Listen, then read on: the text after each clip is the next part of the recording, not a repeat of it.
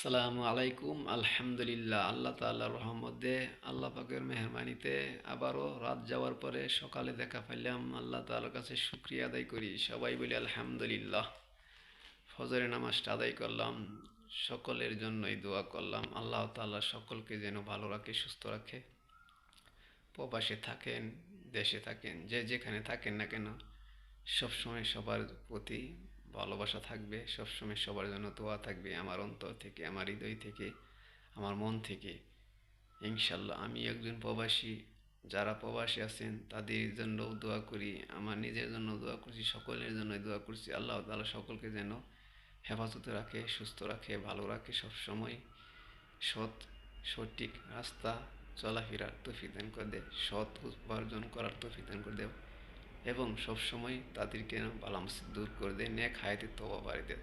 আল্লাহ তাআলা সকলকে যেন সুস্থ রাখো, ভালো রাখো।